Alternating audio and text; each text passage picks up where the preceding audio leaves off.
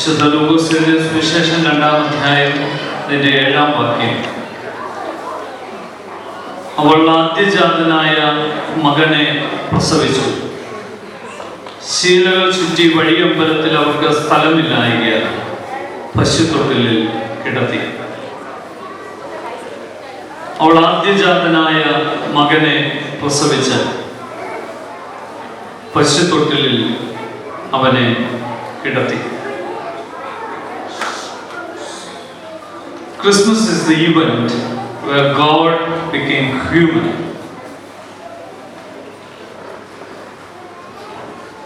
ദൈവം മനുഷ്യനായി മാറിയ സംഭവമാണ് ക്രിസ്തുമസ്.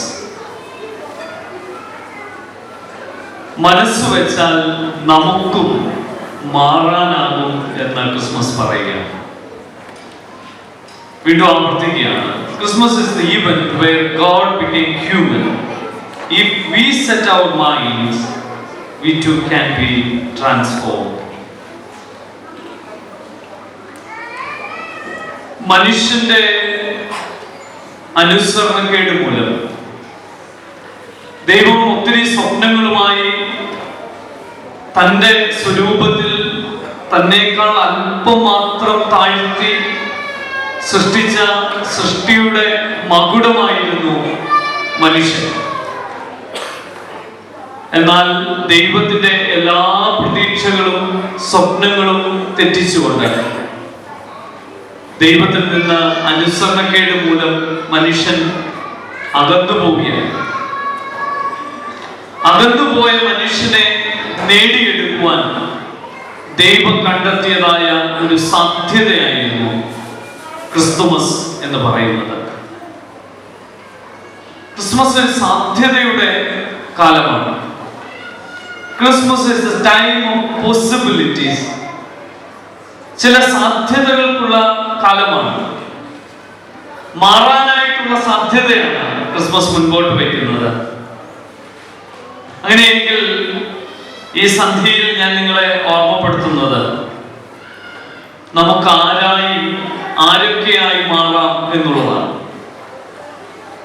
ഒന്ന്, നമുക്കൊരു മാലാഖയായി മാറാം. Be an angel. മാലാഖയാവുക എന്നത് ഒരു നിയോഗമാണ്.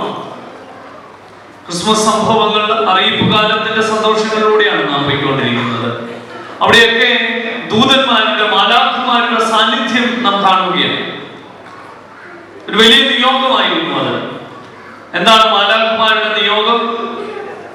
ദൈവത്തിന്റെ ഈ രക്ഷണീയ പദ്ധതിയിൽ, ഈ സാൽവേഷൻ പ്ലാനിൽ പങ്കുകാരാകുവാൻ സമർപ്പിതരായ ആളുകളുടെ അടുക്കലേക്ക് അവർക്കുള്ളതായ ദൂത് എത്തിക്കുക എന്നുള്ളതായിരുന്നു മാലാഖമാരുടെ നിയോഗം. ഒരിക്കൽ ഒരു റോഡ് ക്രോസ് ചെയ്യുവാൻ തന്നെ സഹായിച്ച ചെറുപ്പക്കാരനോട് വൃദ്ധയായ സ്ത്രീ ചോദിക്കുകയാണ്, Are you an angel? നീ ഒരു മാലാഖയാണോ? ഒരു മാലാഖയാവുക എന്നത് വളരെ മനോഹരമായ കാര്യമാണ്. ഇവിടെ അനേകരുടെ ജീവിതത്തിലേക്ക് ആട്ടിടയന്മാരുടെ, നസ്രയത്തിലെ ഈ കൊച്ചു പെൺകുട്ടിയുടെ, ദേവാലയത്തിൽ ശുശ്രൂഷ ചെയ്യുന്ന പുരോഹിതന്റെയൊക്കെ അടുക്കലേക്ക് ചെന്ന് അവരുടെ ജീവിതത്തിനുള്ളിലേക്ക് പ്രവേശിച്ച് അവർക്ക് സദ്വർത്തമാനങ്ങളെ അറിയിക്കുന്ന ഗബ്രിയേൽ ദൂതൻ. പ്രിയമുള്ളവരെ, ഈ ക്രിസ്മസ് നാളുകളിൽ മനസ്സ് വെച്ചാൽ നമുക്കും അനേകരുടെ ജീവിതത്തിലേക്ക് കടന്നു ചെല്ലാനായിട്ട് സാധിക്കും. അനേകരുടെ ജീവിതത്തിലേക്ക് കടന്നു ചെന്ന് സന്തോഷത്തിന്റെയും സമാധാനത്തിന്റെയും ഒക്കെ വാർത്തകൾ പറയുവാൻ നമുക്ക് സാധ്യമായി തീരും. രണ്ടു തരം മനുഷ്യരുണ്ട്. ചില മനുഷ്യരെ പരിചയപ്പെട്ട് കഴിയുമ്പോൾ നമുക്ക് തോന്നും കുറെ കൂടെ മുൻപേ ഇയാളെ പരിചയപ്പെടേണ്ടതായിരുന്നു.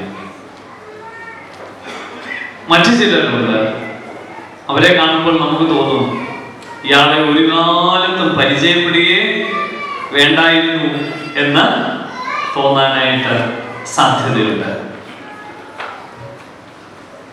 മാലാഖമാർ ഒരിക്കലും അങ്ങനെയല്ല. അവരെ പരിചയപ്പെട്ടു പോയല്ലോ എന്നാരും പറയുകയില്ല, പരിചയപ്പെട്ടു പോയല്ലോ എന്ന് തോന്നുകയില്ല. അവർ സദ്വർത്തമാനങ്ങളുമായി നമ്മളുടെ ജീവിതത്തിന്റെ പരിസരങ്ങളിൽ കടന്നു വരുന്നവരാണ്. കഴിഞ്ഞകാലത്തിന്റെ ജീവിതത്തിന്റെ അനുഭവങ്ങളിൽ അങ്ങനെ നമ്മൾ പരിചയപ്പെട്ടത് നന്മയായല്ലോ എന്ന് ചിന്തിച്ച എത്രയോ മനുഷ്യരാണ്. ആ മനുഷ്യനെ കണ്ടല്ലോ എന്നുള്ളതിൽ നമുക്ക് തോന്നിയ സന്തോഷം എന്തുമാത്രമാണ് അല്ലേ? ഇങ്ങനെ നമ്മളെ കരുതിയവർ, നമ്മുടെ ജീവിതത്തിലേക്ക് ഇങ്ങനെ ചില സഹായങ്ങളുമായിട്ട് കരുതി കടന്നു വന്നവർ ഒക്കെ എത്രയോ ആളുകളാണ്. അതുകൊണ്ട് പ്രിയമുള്ളവരെ, ഈ ക്രിസ്മസ് നാളുകളിൽ നമ്മളുടെ വരവ് കാത്തു നിൽക്കുന്ന ചില മനുഷ്യരുണ്ടാകാം. അവരുടെ ജീവിതത്തിലേക്ക് ഒരു മാലാഖയായി നമുക്ക് കടന്നു ചെല്ലാം. ഞാൻ പ്രാരംഭത്തിൽ ഓർമ്മപ്പെടുത്തിയതുപോലെ ഭയപ്പെടേണ്ട എന്നും സാരമില്ല എന്നും ഞങ്ങൾ കൂടെയുണ്ട് എന്നും ഒക്കെ പറയാനായിട്ട് നമുക്ക് കഴിയട്ടെ എന്നതാണ് പ്രാർത്ഥന. ഈ ദേശത്ത് പോലും എത്രയോ സങ്കീർണതകളിലൂടെ കടന്നു പോകുന്ന മനുഷ്യരുണ്ട്. അവരുടെ ജീവിതത്തിലേക്ക് ഒരു മാലാഖയായി കടന്നു ചെല്ലുവാനും നമുക്ക് കഴിയുമോ? ഇത് ക്രിസ്മസ് മുൻപോട്ട് വയ്ക്കുന്നതായ ഒരു വലിയ സാധ്യത. രണ്ട്, കുറെ കൂടെ വിശുദ്ധരായി തീരുക എന്നുള്ളതാണ് ക്രിസ്മസ് ആവശ്യപ്പെടുന്നത്. ബി എ സെയിന്റ് എന്നുള്ളതാണ്. ക്രിസ്മസ് സംഭവങ്ങളിലൊക്കെ കാണുന്ന മനുഷ്യരൊക്കെ വിശുദ്ധരായ മനുഷ്യരാണ്. മറിയമിനെ നമ്മൾ വിളിക്കുന്നത് വിശുദ്ധ കന്യക മറിയാം എന്നാണ്.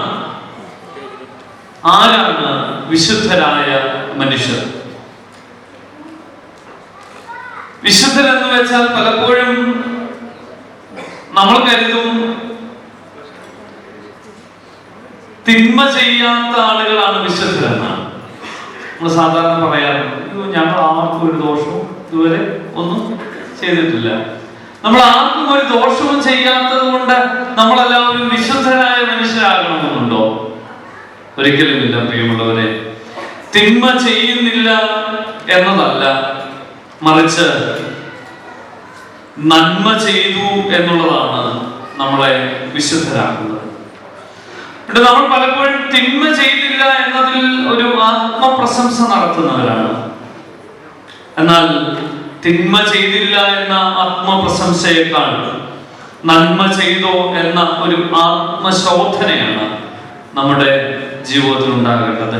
Instead of the self praise that we have not done any evil,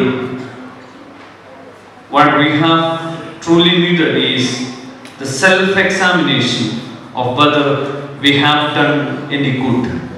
നമ്മൾ എന്തെങ്കിലും നന്മ ചെയ്തോ എന്നുള്ളതാണ് പ്രിയമുള്ളവരെ നമ്മളെ വിശുദ്ധരാക്കുന്ന അനുഭവം എന്ന് പറയുന്നത്. അതുകൊണ്ട് വിശുദ്ധി എന്നത്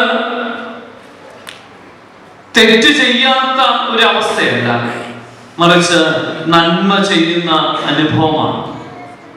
വിശുദ്ധി എന്നത് തെറ്റ് പറ്റിയാൽ ക്ഷമ ചോദിക്കുക, അതിനുള്ള കഴിവിനെയാണ് നമ്മൾ വിശുദ്ധി എന്ന് പറയുന്നത്.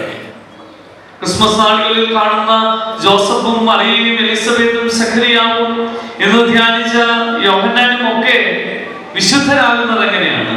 അവർ കുറെ കൂടെ നന്മ ചെയ്തു എന്നുള്ളതാണ്.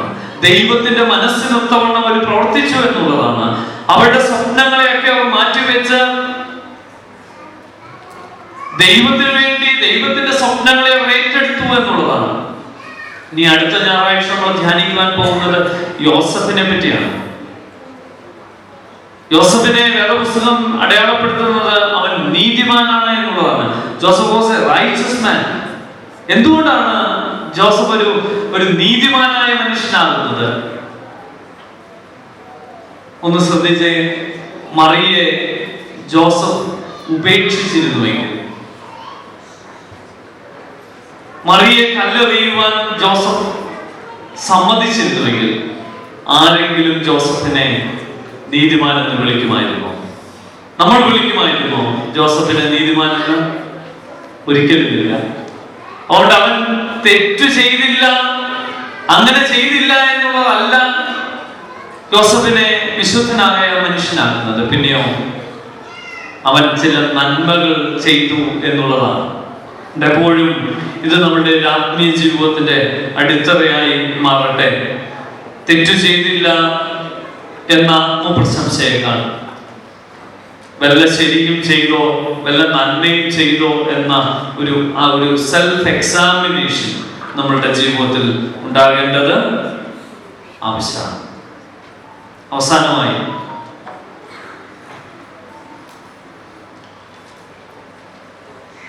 ദൈവം ഈ ലോകത്തെ രക്ഷപ്പെടുത്തുവാൻ, മനുഷ്യനെ നേടിയെടുക്കുവാൻ കണ്ട ഏറ്റവും വലിയ സാധ്യത എന്ന് പറയുന്നത് അല്ലെങ്കിൽ അതിനുള്ള ഒരു പോംവഴിയായി ദൈവം കണ്ടത് മനുഷ്യനായി മാറുക എന്നുള്ളതായിരുന്നു. ക്രിസ്മസ് നമുക്ക് നൽകുന്ന മറ്റൊരു സാധ്യതയാണത്. ബി ഹ്യൂമൻ, മനുഷ്യരാവുക എന്നതാണ് ഈ ക്രിസ്മസ് നമ്മളോട് ആവശ്യപ്പെടുന്നതായ ഒരു കാര്യം. ദൈവം മനുഷ്യനായി തീർന്നതിന്റെ കഥയാണ് ക്രിസ്മസ്. ദൈവം മനുഷ്യനായി തീർന്നതിന്റെ അനുഭവമാണ് ക്രിസ്മസ്. അങ്ങനെയെങ്കിൽ ഇന്ന് എന്റെയും നിങ്ങളുടെയും ജീവിതത്തിൽ 2025 ക്രിസ്മസ് കുറെ കൂടെ മീനിങ്ഫുൾ ആവുന്നത് രാവിലെ അച്ഛൻ ഓർമ്മപ്പെടുത്തിയതുപോലെ വീട് സുന്ദരമായി അലങ്കരിച്ചതുകൊണ്ടോ, ഇങ്ങനെയുള്ള ക്രിസ്മസ് കുടിവരവുകൾ ക്രമീകരിച്ചതുകൊണ്ടോ, ക്രിസ്മസിന്റെ ആഘോഷങ്ങളിൽ പങ്കുചേർന്നതുകൊണ്ടോ അല്ല. ഈ ആഘോഷങ്ങളിലൂടെ, ഈ അലങ്കാരങ്ങളിലൂടെ ഒക്കെ ഞാൻ കുറെ കൂടെ നല്ല മനുഷ്യനായി മാറുമ്പോൾ മാത്രമേ ക്രിസ്മസ് മീനിങ്ഫുൾ ആയി മാറുന്നുള്ളൂ. ഇന്ന് മനുഷ്യരെ കാണാൻ പ്രയാസമുള്ള കാലത്തിലാണ് നമ്മൾ ജീവിക്കുന്നത്. അപ്പോൾ നിങ്ങൾ ചോദിക്കും, ഞങ്ങളൊക്കെ മനുഷ്യരല്ലേ? മനുഷ്യജാതിയിൽ ഞാനും നിങ്ങളും പിറന്നത് കൊണ്ട് നമ്മൾ മനുഷ്യരാണെന്ന് പറയാൻ പറ്റുമോ? ആരാണ് മനുഷ്യൻ?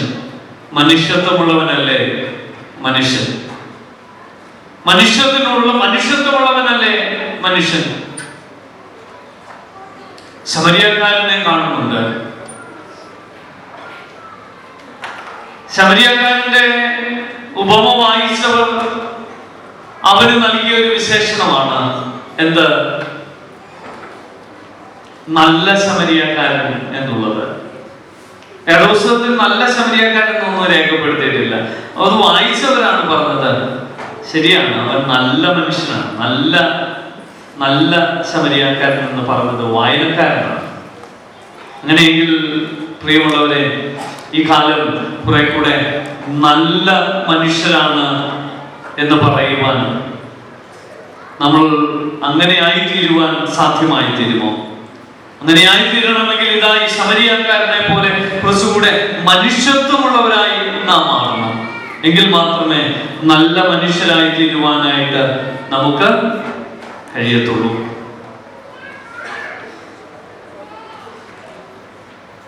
ഒരു ദിവസത്തിന്റെ അവസാനത്തെങ്കിൽ ആരാണ് ശക്തരെന്നോ, ആരാണ് സൗന്ദര്യമുള്ളവരെന്നോ, ആരാണ് സമ്പന്നരെന്നോ മിടുക്കരെന്നോ ഇതൊന്നും ബാധകമല്ലാത്തൊരു ദിവസമുണ്ട്. അന്ന് കുറെ കൂടെ നമ്മൾ എത്രത്തോളം മനുഷ്യത്വമുള്ളവരായിരുന്നു എന്നുള്ളത് മാത്രമാണ് കാലം പറയുന്നത്. അതുകൊണ്ടാണ് ശവസംസ്കാര ശുശ്രൂഷയിൽ നമ്മൾ ഇങ്ങനെ പ്രാർത്ഥിക്കുന്നുണ്ട്: ഇതാകുന്നു നിന്റെ അവസാനമെങ്കിൽ നീ നിന്റെ വിദ്യയിൽ പുകഴുന്നത് എന്തിന്? നീ നിന്റെ സമ്പത്തിൽ അഹങ്കരിക്കുന്നത് എന്തിന്? നീ നിന്റെ സാമർഥ്യത്തിൽ ചാഞ്ചാടുന്നത് എന്തിന്? എന്നൊക്കെ ശവസംസ്കാര ശുശ്രൂഷയുടെ അവസാന ഭാഗത്ത് സെമിത്തേരിയിൽ വെച്ചുള്ള ശുശ്രൂഷയിൽ പ്രാർത്ഥിക്കുന്ന ഒരു സുന്ദരമായ പ്രാർത്ഥനയുണ്ട്. അവിടെ സമ്പത്തോ ശക്തിയോ സാമർഥ്യമോ ഒന്നും വിഷയമാകുന്നില്ല.